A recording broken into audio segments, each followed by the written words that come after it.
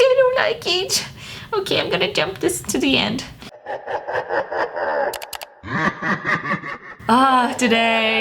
Today, my friends.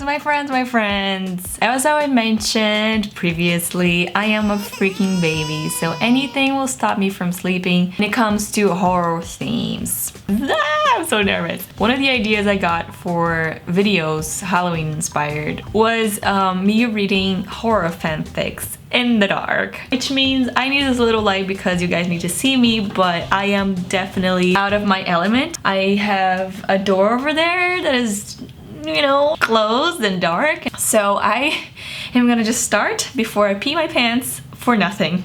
It's called A New Home. A serial killer, you asked? Yeah. The house you and your folks moved into was the birthplace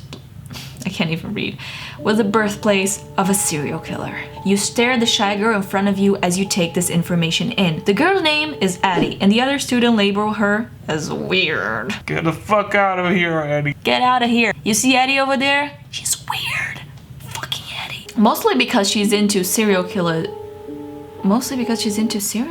and whatnot. Yeah, Addie, you're fucking weird. Sorry to tell you. Studying them. She actually wants to become a detective, which you find it to be pretty cool. Okay, right again. You look around to find some students actually staring where you sit. That's why people whisper behind you and stare you that way, she said, nervously keeping her eyes on her book. They think you and your family are insane to move into his place. And they also are betting that you will not survive after Halloween. Well, those little fuckers better get their hopes up, cause I'm fighting the crime. I'm getting those monsters a bite in the ass, so wait up, Eddie. Wait sitting down in your book. Eddie. The serial killer's name is Michael Myers. Sorry. Michael Myers. Sorry. Eddie went back to sorry, I'm stupid. I'm still laughing at Michael Myers. Eddie went back to her book, adjusting her glasses' black frame. Your parents decided to move to Honolulu because neither of them could keep up any jobs. They were fired left to right and there were no more jobs for them to go. Why couldn't your parents hold a job? Because your mother is an addict to drugs and your father loves to drink. I think I get it now. A nice couple, yeah? Yeah. Now, they only moved you here because this house was cheap. I think the spooky part is not here yet.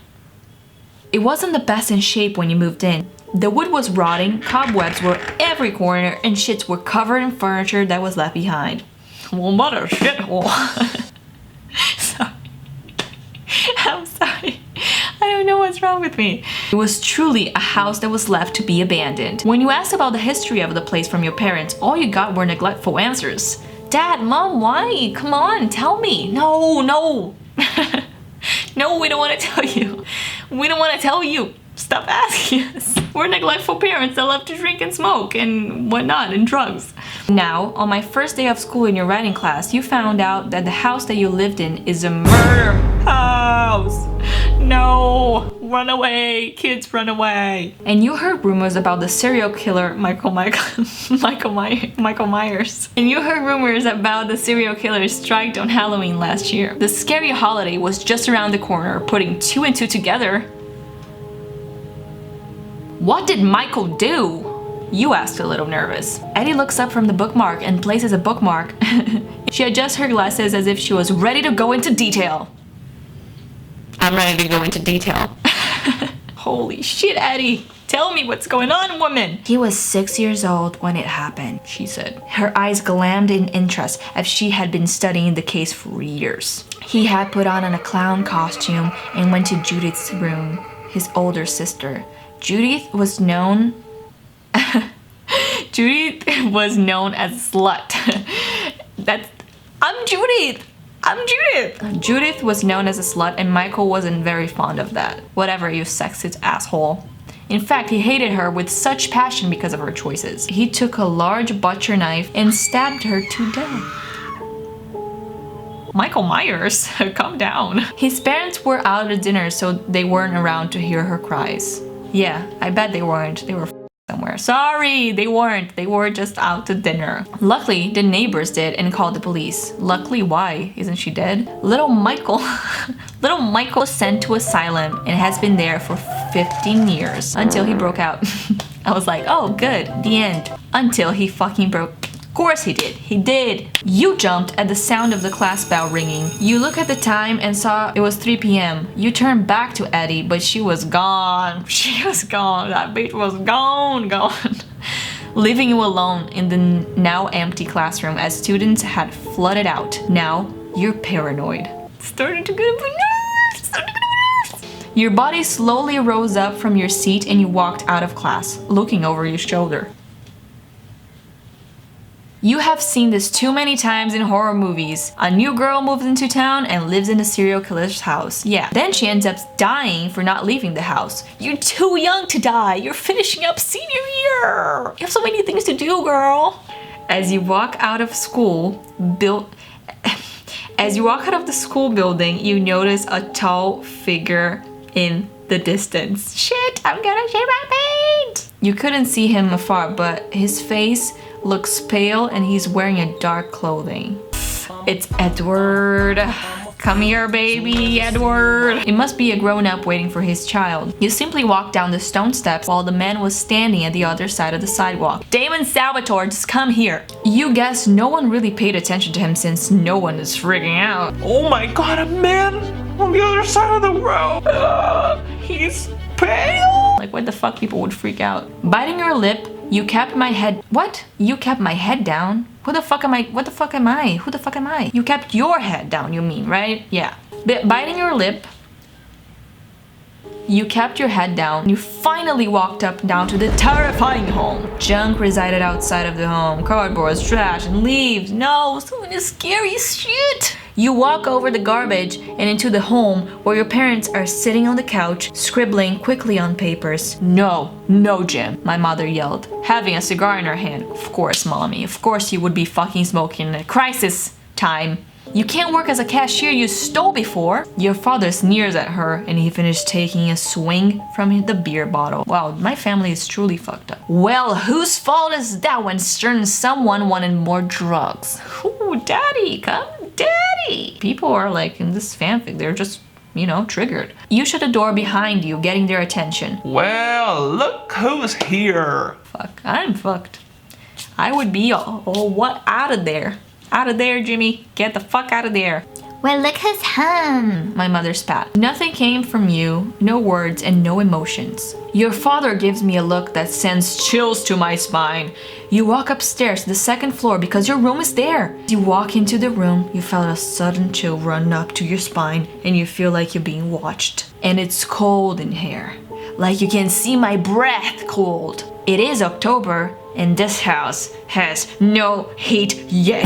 You drop your bag onto the floor by the door and quickly lock it. You walk up to the bed and heard the doorknob just as you locked move around. Shit, okay. Either is my drunk parents coming to beat my ass or is this man. Fear went to your body as you knew who that was. Baby girl. Ugh, your father said. Let me in, I just want to talk. Don't like where this is going already. Dad, I have homework to do.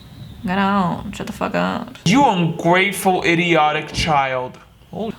That is just not okay. You heard him grunt and his heavy footsteps going downstairs. A dark, intrusive thoughts run through your mind as you lay in bed. What kind of father hits their own daughter? True.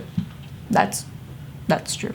A bad parent, yeah. And the worst of it is that your mother actually blames you for his desire for you. Wait, desire? Oh no, I don't want that. Please stop it, I don't like it. Okay, I'm gonna jump this to the end. No. Before you close the broken blinds that were left here, you see some tall man from the school.